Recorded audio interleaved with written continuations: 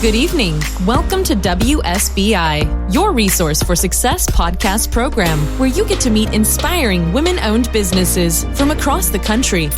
And now, for your host, Kimberly McLemore.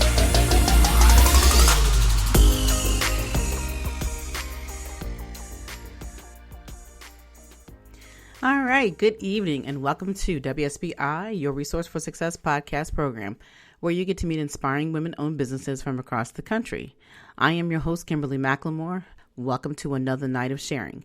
With us, we have Stephanie D. McKenzie, Chief Sozo Officer and Lead Coach at the Healing Firm.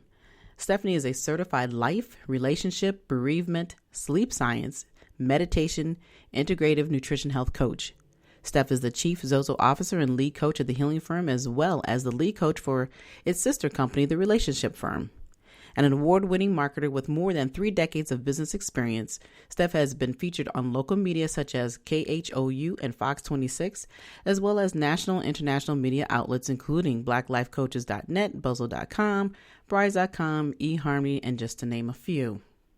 Steph loves to seize any opportunity to help others achieve their best level in living a whole life, finding or keeping love, and building a legacy that stands for generations to come. In addition to her work at the Healing Firm, Steph is the Communications Director for the Relationship Firm, Chief Education Officer for 2215 Inc., and Chief Visionary and Trainer for Best Level Success, which assists new and aspiring coaches and business owners in achieving profitability and sustainability in the marketplace. Steph also holds certifications in meditation, mindfulness, reflexology, and flexibility, and is a TRX qualified suspension training instructor in addition to graduate degrees in business management and Christian leadership. So without further ado, please help me welcome to my platform, Stephanie McKenzie. Hey, Steph. Hello, Kimberly. How are you? I am good. How are you? I have no complaints. It's been a great day. Well, I'll tell you what, I don't see how you can't be tired, okay? With all the things that I just read, I'm like, oh my goodness. Oh my goodness. I mean, I might be a smidgen tired, just a scooch, but still good. Still a good day. Still a good day. Yeah. I guess it's always, like they said, it's always better to be here than not, so it's always a good day. There's that. Definitely. Oh, so wow. So welcome to the platform. And, why don't you just take a couple minutes and tell the listeners just a little bit more about who you are beyond what I've already read. Oh, goodness. It's like, where do I begin? But, I mean, ultimately, I'm finding out about myself that I'm really an advocate for transformation, and I really love to see people walking in wholeness and abundance. These are the things that I'm learning about myself. I've always loved to see people win, but now framing it from the standpoint of being whole in our lives, nothing missing, nothing broken, I truly believe that we can achieve that. I truly believe that we can live some semblance of heaven here on earth, and I'm just so excited about that. Mm-hmm. Yeah, and I'm hearing what you're saying, and I know I'm going to have a million other questions about it because you do something that's very unique that I've never heard of, and we're going to dive into that in just a second, but I want to talk a little bit more about where are you from and how did you come to be Stephanie, the Chief Sozo Officer? Well, interestingly enough, my mother I want to say 6 years ago, I did an interview with her, and She let me know something I had known my whole life. When I was younger, I was always the kind of the go-to person. People would come to me, oh, Stephanie, what do you think about this? And I had a phone curfew. And so I thought I was brilliant, and I would roll under my bed with the cordless. Remember when cordless was still the thing? And I was under my bed, and until we did that interview, I didn't know that she could hear me. So that's a long answer to say, I've been this coach thing my whole life. Mm-hmm. I just never considered, I'm going to become a relationship coach. I'm going to become a health coach. I was never planning to be paid for this. I was never planning for this to be a part of the plan. I was just going to be who I was. Mm-hmm. And, the marketing, I'm a marketer to my heart. I'm an educator to my core. And that was my life. Mm-hmm. So how I got here was really not by a really well laid out plan. I really thought I was doing one thing, and I ended up doing something else, and voila, here we are. Right. And that seems to be most of us, especially when you're kind of going to business. I mean, and, I think a lot of times we all have passions, but it's most of the time we don't really follow those passions, or like say we either, we have a different direction that we want to go, and or either we go to school and we're not, we spend all this money going to school and come out and not doing anything that we thought we were going to do. But it's funny how you at a young age tapped into being that person, like you said, that counselor, the person that everybody comes to. And I think sometimes that can be a great thing, but it also can be a curse. So how did you, I guess, figure out that, beyond being a child, what were the steps that you took to get to this point to realize, you know what, I have something that I can offer to people, but how did you heal yourself before you could start healing and working with others as well? Definitely. Oh, that's so good, because the relationship firm and the healing firm have two different seeds, if you will. The relationship firm was a huge, I'd call it an accident, but really it was divine reroute. I fought a lot. I didn't win, hence why the relationship firm is going into its 10th year. The healing firm, however, was, it's new. I think we're in our second year, maybe going into our second year. And, at some point, I just became obsessed with healing. Mm-hmm. I myself suffer from cellular inflammation, and that was something that I had to learn about, and definitely I have to give kudos to the doctor that really explained and took the time to explain what that meant to my body, and really allowed me to educate myself in how to lose weight for me. Now, that's really important. But it wasn't just about losing, physical weight. It was about emotional weight and spiritual weight. And so the more I got obsessed with healing, the more I got obsessed with wholeness. And then at some point I just decided, you know what? I think everybody can have this. And I'm big on credentialing. That's the educator in me. And so I was like, I want to be able to say something to someone that has meaning behind it, not because I made it up, but because I have some semblance of credentials, and I have a narrative that backs it up. Now, I'll go ahead and caveat this, Kimberly, and tell you, I don't believe, because most people will come and ask me about the weight loss. They don't always want to talk about the emotional and the spiritual and all the other dimensions of wholeness that are necessary for what I'm actually offering. So they come and I'm like, oh, what did you do to lose weight? Okay, that doesn't matter. What do you want to do? What are you willing to do? Where are you willing to start? And so, that was a put off to a lot of people, because I wouldn't just say, well, I ate this, this, and this, and this, because I don't believe in a blueprint. Just because it works for me doesn't mean it works for you. Absolutely. Everybody has their own formula, So how I got here was just being obsessed and wanting people around me in the world, in another world, whatever, to recognize that we can be whole and healed and healthy, and that is available to us. It is indeed a divine birthright. Right. You're absolutely right. And the thing I love that you're talking about is that you don't just do, like you said, the physical side of any type of healing. It all starts from the inside out. And I think that a lot of the coaching that you see today, because it's so easy now to just go out and get a coaching certificate and say, "Ooh, I'm a coach," that people don't really understand there's got to be something deeper in order for us to be in the positions that we're in. We all have gone through something in life. It's how have you dealt with it in order to continue to move forward and obviously continue to deal with it, because it's not something that's going to change. I don't believe overnight. I think it's a life change that will benefit you as you continue to move forward, because we all have setbacks. So when you started the relationship firm, and I'm going to kind of dive in this, as we know, tomorrow is a big day, Valentine's Day. So I heard about that. Yeah. yeah. It's something I don't deal with much. I'm like, that is coming tomorrow, right? Right. For me, it's the pit stop before my birthday. So I'm kind of like, yeah, the 14th. Yeah, that's awesome. Exactly. So for me, it's like, I was asked a couple days ago, what are you going to do? I said, like I normally do, nothing. So it's like, I'm going to work out, it's my normal routine on Friday night. I love it. But, I think that because we do have the holiday coming, it would be great, I guess, to hear some of your thought process of what it really means to be in a relationship and how could you help somebody or give them a couple of pieces of guidance on, I don't have anybody for the holidays. How am I supposed to get through this holiday? Because for some people, it is a very, very sore thumb. It's something that they cannot handle and they just want to get through it. What would you say to that person? I mean, to the person that quote unquote doesn't have anybody, as trite as it may sound, you always have you. And, it's so funny because sometimes we forget about that. We forget about ourselves.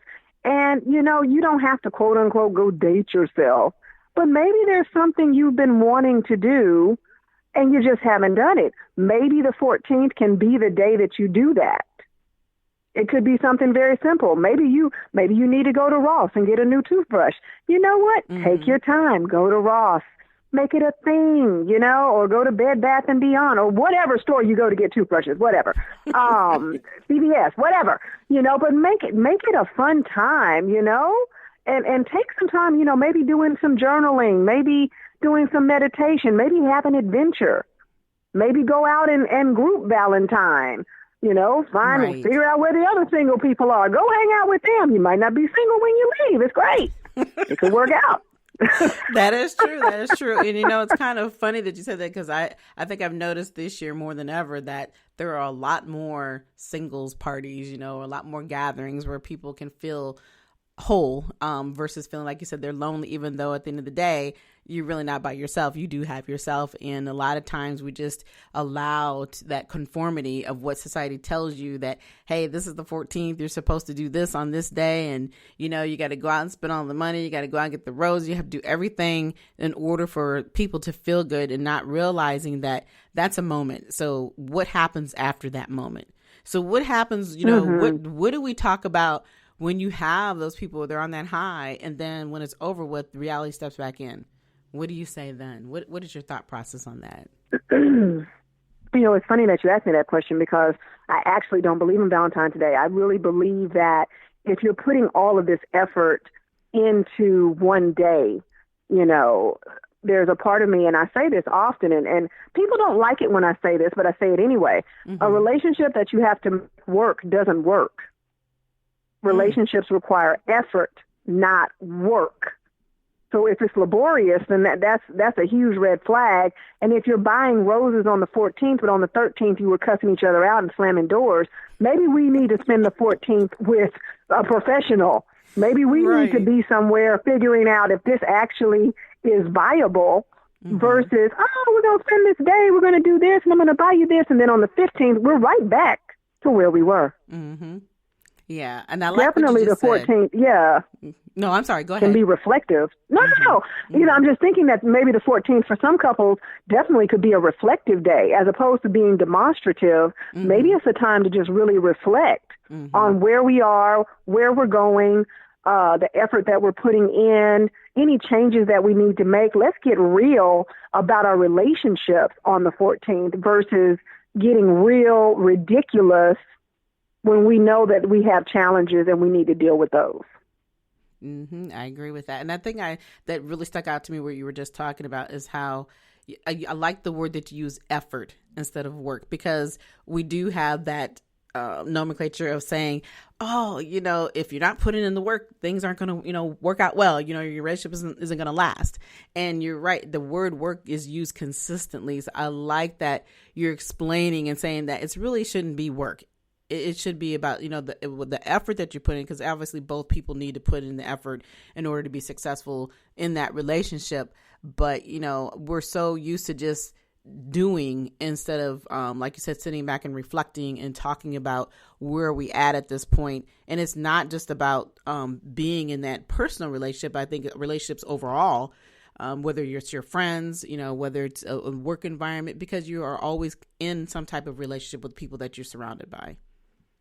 Exactly. So, yeah, I definitely like the way that you're thinking and you're processing of how you handle the thought process of being in a relationship. But now let's talk a little bit more about the healing firm. Now, you said you've only been in this business has only been around for a couple of years. So talk a little bit about the firm and talk a little bit about the word Sozo and where it comes from.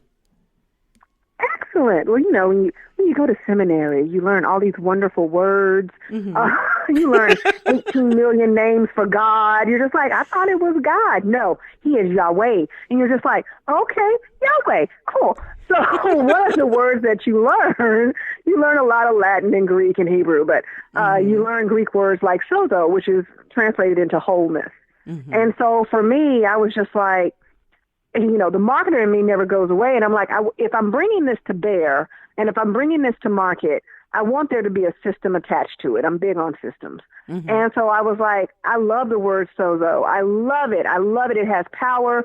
I have a girlfriend. She also does some things with that word sozo. So she calls her movement Sozo Life. And so I was like, but I like sozology. Because for me, that's the study of wholeness. And like you said earlier, it's not a one and done thing. It's a process. It's ongoing. And so for me, taking that word, like I said, sozo is Greek for wholeness, and attaching that ology to it, I really want people to recognize that there is a study, there's a commitment, there's a connection that we create when we decide that we're going to be whole. That we're not going to settle anymore, but that we want to have nothing missing and nothing broken in our lives. But it's not a one and done. It's just like forgiveness. Can't forgive somebody one time. Yeah, good luck with that. Right. It's a process. It's a process. So we got to peel the onion. So that's what sozo is about, for me. And sozology is about peeling that onion. Yeah, and I like that because you're right. Everything seems to always be deeper. I know that there are so many like programs out on TV today where you have information like a 600-pound about the stories of people who are over 600 pounds and all that. And even no matter what those stories are, that at the end of the day, what I've learned, even if you're watching them and you're learning something, or if it's about hoarding, everything comes to a certain point and where it began. And then from there, obviously things get out of control. So having that understanding of what Sozo is about and understanding what salvation and wholeness is about, it makes sense now, that people, they try to fix you, but you can't be fixed until you really understand what the problem is. And that's really, Absolutely. If I'm understanding it, that's what you really do to help people realize what wholeness is really about. Yes, at least that's the goal. And so, at first I wanted to do that one-on-one, and I do still have some one-on-one clients with some very specific programs, but that is what actually sent me off into the classes, into being able to educate people, because transformation, as humans, we don't want to do that. Right. It's tough. Just tell me what to eat, and I'm going to do it, and I'm going to lose weight. No, baby, because I have to be like, no, baby cakes, wait a minute. I always say this, as above, so below. As within, so without. So at the end of the day, I can't deal with the weight on your body until I deal with the weight on your mind, till I deal with the weight in your relationship, till I deal with the weight that you got back in the 80s that you haven't dropped. There's a lot of weight that needs to be lost, and it's not going to be eating chicken and brown rice that's going to bring you into a state of wholeness. It may bring you into a state of less weight. Right. But wherever you go, you'll still be there. Right, as I said, but it's not permanent. Normally, it's only temporary because you're not dealing with how you got there. Yeah, and that makes sense. It just doesn't. You may lose weight, and we're happy for a moment. Then, like you said, you'll turn back around, and I think that's part of the theory of why people, when they do lose weight and then they stop doing what they're doing, next thing they know, they've tripled the amount of weight back because they're not dealing with the whole process. Because the one thing that drives me crazy is when you go into your doctor's appointments and you have this doctor, all they're thinking is medically, well, you need to do this. And not to say that everything they're saying is wrong, but to sit there and constantly tell you, well, you should be this amount of weight and, you should be here and you should be there. Well, who is that for? Is that for me or is that for you? Or is that just the standard that you think I should be? So, you're always trying to understand their philosophy, but they never want to hear what it is that you're really going through and how you got there. Exactly. And the narrative matters in so many forms. Like I said, now I'm starting to work with people more one-on-one, more because now I recognize how I want to do that. the narrative matters. You know, if you say, I want to do this differently, well, how did we start doing it in the first place? And then when we started doing it, how did we allow it to become ritual? Because we don't use the term habit. Habits are things we usually need to break. But how did we allow this ritual to continue in our lives despite the fact that it didn't really serve us positively? So there's so many things that we need to extract, and narrative matters. I think there's a lot of assumptions around weight, addiction, anything that could be a challenge. You know, if you have a physical challenge, there's so many assumptions. When the truth of the matter is that the narrative matters, which is why there can't be a one size fits all formula. Right. I agree with that. And so, you know, being in this type of business you have, and obviously, like I said, you have the one side of the business you've had for 10 years, and then, of course, you have the newer portion. What challenges had you been facing off and on throughout the 10 years, or either in the beginning or even starting this new business? You know, what is people's response when you tell them I'm a Sozo? Because obviously nobody would understand what that is. So how have you handled some of the challenges you've gone through? Well, you know, it's funny. In the beginning, you know, the first thing that comes to mind when you ask me about the challenges of the relationship firm, I didn't want to do it. That was the first challenge. I was like, no, this is not happening. I don't want this. This is me talking to God. I'm a marketer. Maybe you missed it. You thought I was. So the short story of how the relationship firm came to be was I was working with a dating site. They were a client. I thought relationship education would be a great USP. I go get certified. The project goes defunct. I'm left with people. And now I'm negotiating with, yes, you guessed it, Yahweh. And so I lost. I absolutely lost. In fact, the original name of the relationship firm was a company called What the Love, because I never thought it'd see the light of day. I was going to go through my certification. They said, pick a name for your company, grab a domain, build a website, What the Love. There you go. And so for 2 years, I actually fought this thing. I would do it kind of, sort of, maybe. Oh, my goodness. So then when I finally said, okay, God, you win. I'm sorry, Yahweh. You know, you win. And that's when the relationship firm came to be. And then I thought that. I was like, there's no way in the world the relationshipfirm.com is available. That is too easy. And then I went straight to the GoDaddy of it all and got my face cracked and great. And so we began to build this company. Like, oh okay. Like, what is happening here? Goodness. So that, you know, you've seen the footsteps where, you know, you're walking and then the other ones are grooves. That was me. I was being dragged along. Completely. Divine dragging is a thing. Oh, yeah. I'm a marketer. What do you mean? I'm not going to coach people. What is that? So, you know, learning how to, you know, because business was not unknown to me. I've had a business since I was 9. But this arena, coaching was a whole different arena. Learning how to set pricing, learning how to put the packages together, how to show up, you know, all of those things. Yeah, the marketer in me was good with it. But coaching is a different animal. It definitely can be a different animal. So going into, you know, practice number 2, I thought was going to look like practice number 1. And what I had to realize was that practice number 2 runs completely differently. Wow. Okay. Completely. And so, you know, I almost had to do a Trojan horse type of thing, because I'm talking about changing your life and doing some things differently, and humans are white knuckling like their status quo going, no. And I'm like, you know, it's like I used to say, everybody wants to be Destiny's Child. Nobody wants to run uphill in stilettos. And I don't blame them. That probably hurts. But anyway, so I had to relearn another business. I had to learn, okay, well, what do you want? How am I supposed to show up in this space? What's the message here? And so I originally started with one-on-one, and I decided, I don't want to do that like that. And so that's where the classes come in, the PRX and the Noga method, which is a stretch and meditation class that I teach, and the meditation classes that I call Namastart. And then now the one-on-one is starting to come back in, because I've aligned with gyms and organizations that have people that are primed for transformation. So that was how I had to turn things kind of on their ear versus what I do with the relationship firm, because people just come. They want to save their relationships. They're getting married. They want assistance. They want to stay together. It's a different impetus.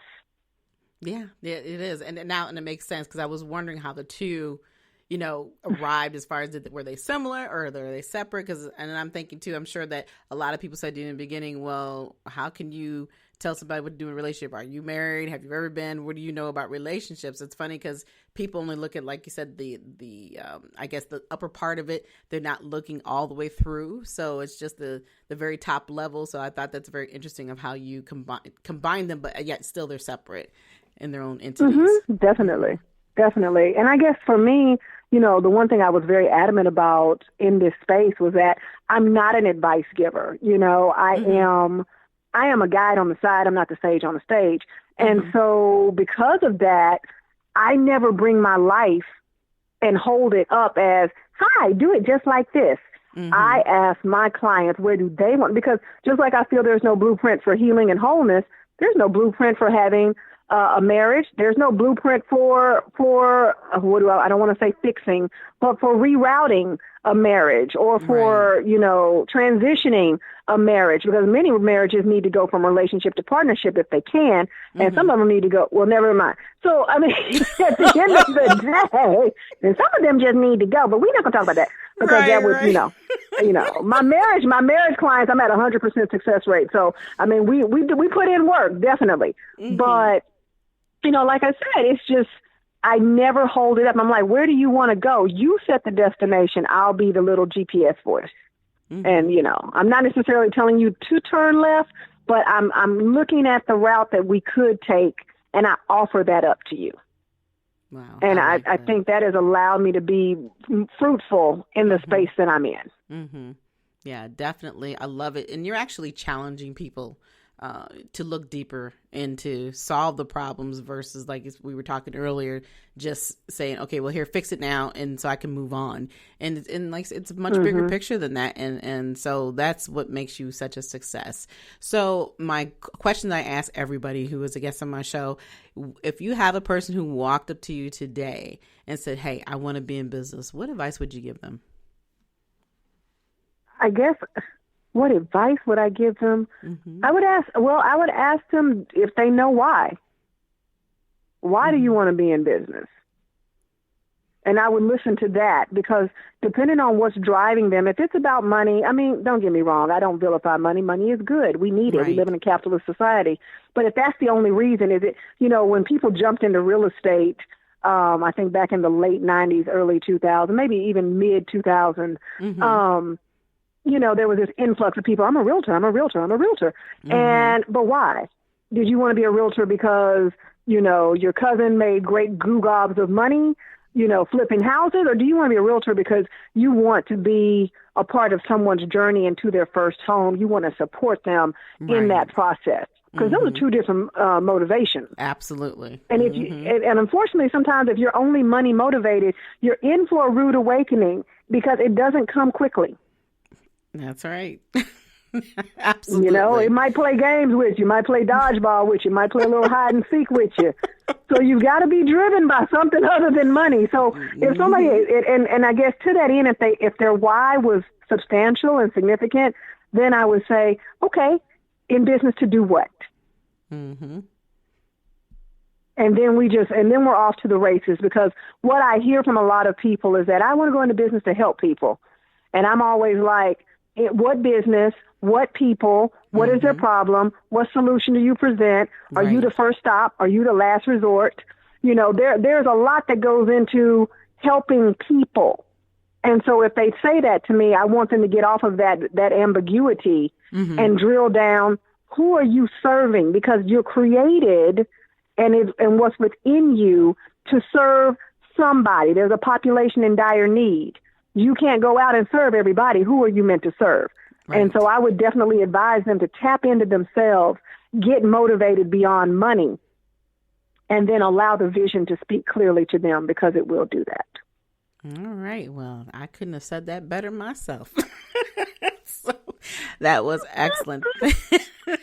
Thank you so much. And wow, I can't believe how fast this time is gone. But I know, right? Yeah, I mean, so much great information. We could keep talking, but obviously we're coming to the show. But do you have, before we get to the last words, tell us, the listeners, how they can get a hold of you if they have any interest in learning more about your two businesses and obviously needing any help. Let us know how we can find you. Absolutely. You can find me pretty much everywhere online, Twitter, Instagram, whatever, Facebook, at the company's names. Nothing fancy, except on Twitter, we're Relationship FRM because, there are too many characters.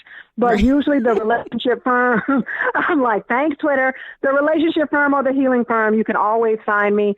And you know what? And I tell you what, if your listeners tell me that they heard about us on your show, I'm going to have a special little discount or something for them because I just think that's necessary.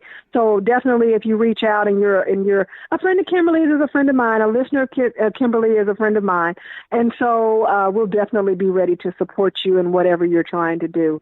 But yeah, the relationship firm and the healing firm. All right. Everywhere except awesome. Twitter. Right. Yeah, Twitter can be a little Twitter's hectic a hater. at times. Yeah. Twitter's a hater. Twitter's a hater. But Yes, okay. it is. Okay. Yes, it is. But you guys heard it right here on my show. So if you're listening and if you missed it tonight live, you can go back and listen to it on several different platforms. You can listen to iHeartRadio, Spotify. You can listen to Google, blah, blah, blah. I can't even speak tonight. Google Podcasts.